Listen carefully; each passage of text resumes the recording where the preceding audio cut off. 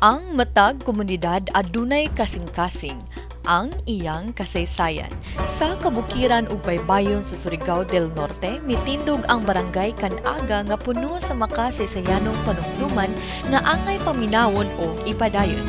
Andam ka na bang pasibawon ang tingog sa atong mga katigulangan? Nahimong barangay Kan-aga sa ang kapitan nito si Gerson Tayubit, ang councilor Ebenezer Laurencio. Diba po si Bonifacio Borja. Nahimong barangay ning Kan-aga, uban pod ang tulo ka barangay ang nagdungan aniha. Villarisa, Kan-aga ug Kansayo. Muna pag na dito ni uban may mga asawa kuan sila dito dito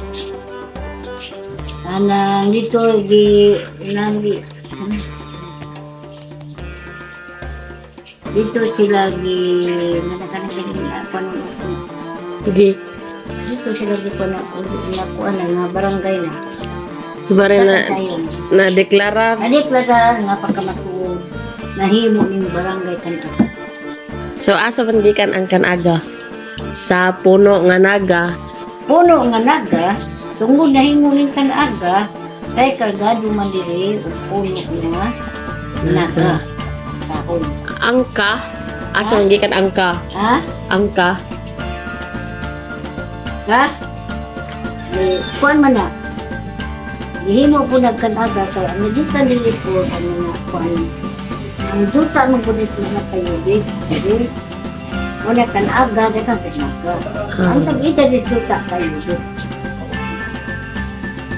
matray kayo dito da. Barangay Kan-aga is located sa kasadpang bahin sa probinsya sa Surigao del Norte ug usa kini sa mga barangay nga sakop sa munisipyo sa Malimono.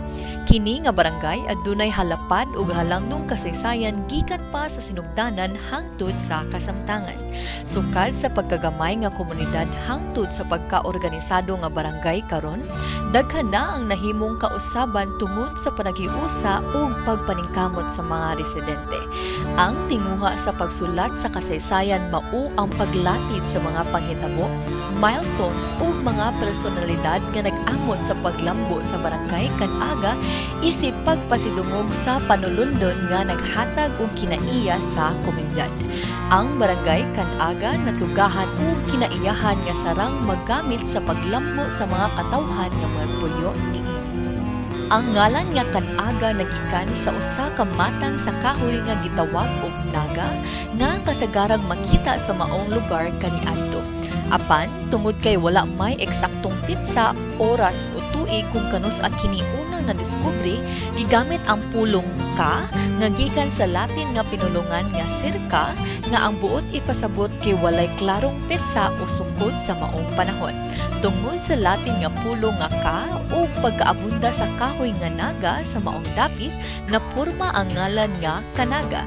Apan aron mas klaro ug mas sayon sabton, gibutngan kini og gitling ug nahimong Kan-aga.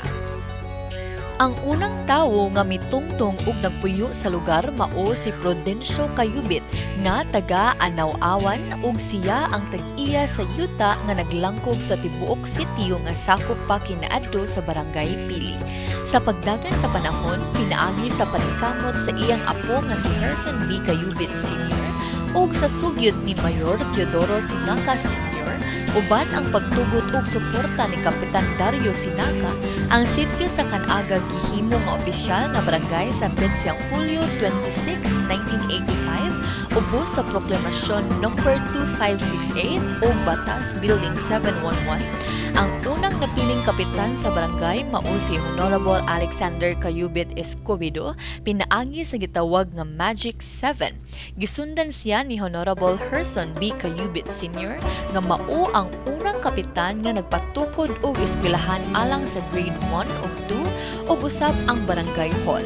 Ang barangay hall adunay pinakataas nga dapit nga 440 metros above sea level nga nahimutang sa usa ka bukid nga ginganlan og Bagsak.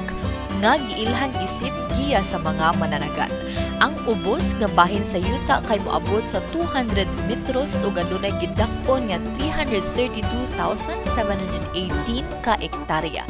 Sa maong yuta, 62% niini ang gigamit sa agrikultura ug 79% niini nahimutang sa bakilid nga yuta nga gamay lang ang kataras o hinay ang lisod. Ang kinatibuk ang luna sa barangay Canaga kay 538,487 ka ektarya nga naglangkob sa nagkalain-laing gamit o kahimtang sa yuta. Ang kasagaran nga panginabuhian sa mga tao sa barangay mao ang pagpanagat, pagpanguma, pagpangkupra sa lubi, pagpamuhi sa hayop sama sa baboy, manok o uban pa.